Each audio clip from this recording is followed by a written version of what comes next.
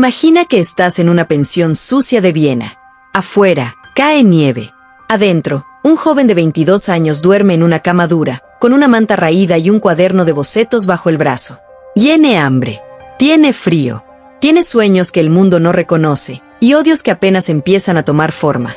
Ese joven es Adolf Hitler. Y aún no es el dictador que destruirá Europa.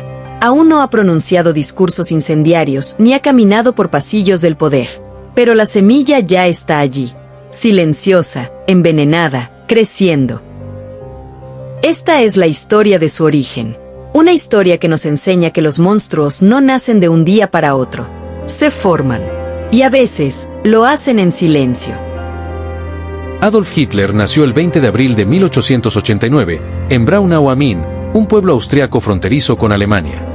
Fue el cuarto hijo de Alois Hitler, un funcionario de aduanas, y Clara Polsl, una mujer 23 años menor que su esposo, de carácter dulce y profundamente devota. De sus 6 hermanos, solo él y su hermana Paula sobrevivieron a la infancia. Alois era un hombre frío, autoritario y violento. Había nacido ilegítimamente como Alois Schicklgruber, y ya adulto, cambió su apellido a Hitler. Este pasado vergonzoso, lleno de dudas sobre su linaje, sería una sombra sobre la familia y un complejo que su hijo nunca perdonaría. La casa era estricta. Hitler temía a su padre, pero adoraba a su madre. Clara lo consentía, lo protegía del carácter explosivo de Alois, y en muchos sentidos, lo convirtió en el niño especial de la familia. Este lazo emocional fue tan fuerte que cuando Clara murió años más tarde, Hitler se derrumbó por completo. Desde pequeño, Adolf mostró una imaginación viva, una fascinación por el dibujo y la historia, y una profunda resistencia a la autoridad. No era un mal estudiante, pero odiaba que le dijeran qué hacer, algo que marcaría su vida entera. A los 6 años, Adolf empezó la escuela primaria en Friesland. Era buen alumno, educado y correcto. Pero al mudarse a Linz para asistir a la secundaria, su conducta cambió radicalmente. Rechazaba el sistema educativo, despreciaba a sus profesores, y se burlaba de las materias que no le interesaban. Su padre soñaba con que él fuera funcionario público.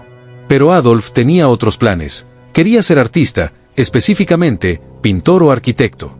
Esta diferencia provocaba constantes peleas familiares.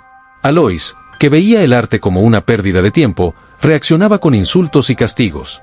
Adolf respondía con rebeldía, negligencia escolar y aislamiento. En sus ratos libres, Adolf dibujaba compulsivamente edificios, paisajes y escenas de la historia alemana. Se fascinaba con los relatos sobre las guerras napoleónicas, sobre Bismarck, sobre el pasado glorioso de Alemania. Leía sobre el nacionalismo germánico y despreciaba la diversidad cultural del Imperio austrohúngaro. En 1903, cuando tenía 14 años, su padre murió. Adolf no lloró. Según algunos testimonios, experimentó una suerte de liberación. Por primera vez, podía soñar en voz alta sin ser golpeado por ello. Ese mismo año, dejó la escuela técnica. Quería ingresar a una escuela de arte. Su madre lo apoyaba, aunque con preocupación. Tras 2 años de inactividad, en 1907, Adolf viajó por primera vez a Viena para presentar su portafolio en la Academia de Bellas Artes. Fue rechazado. El comité afirmó que sus habilidades eran buenas para arquitectura, pero no para arte figurativo. Golpeado, pero no rendido, volvió con su madre. Y fue entonces cuando recibió el segundo gran trauma de su vida. Clara estaba muy enferma. Durante meses, la cuidó con devoción. Fue su enfermero, su hijo, su único acompañante.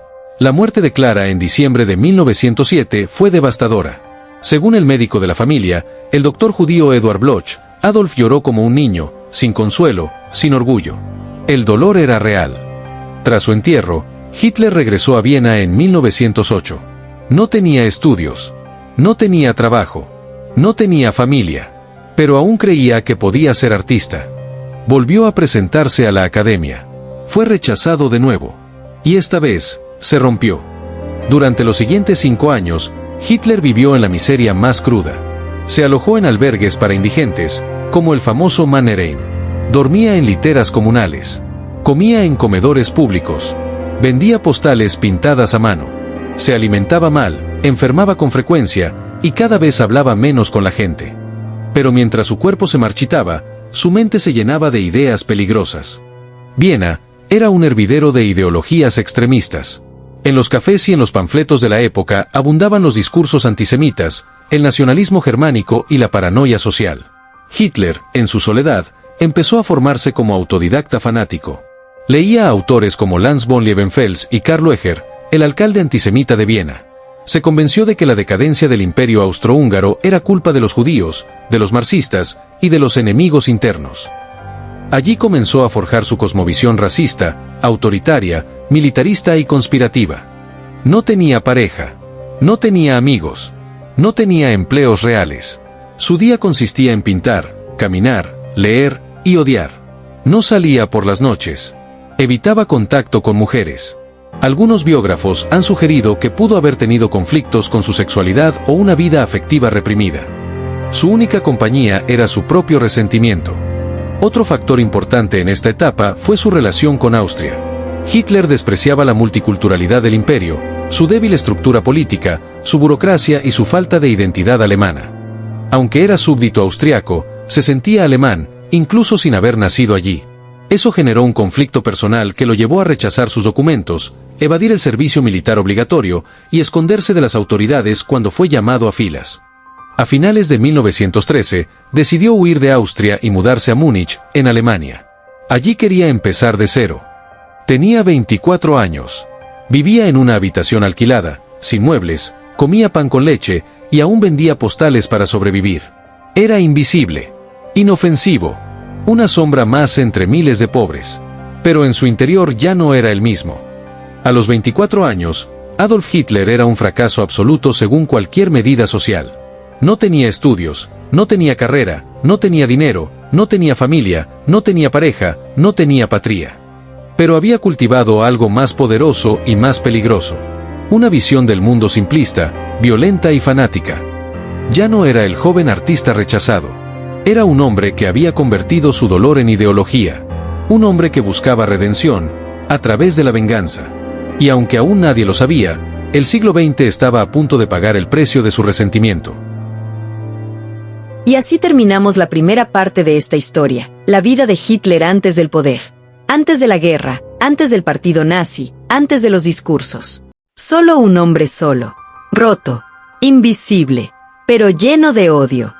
Próximamente exploraremos cómo este hombre pasó de indigente a líder político, cómo encontró en la Primera Guerra Mundial una causa, y en el resentimiento alemán, una oportunidad. Si este relato te pareció impactante, ayúdame a compartirlo. La historia debe contarse con verdad, no con mitos. Gracias por escuchar hasta el final. Nos vemos en el próximo episodio de El Eco de la Historia.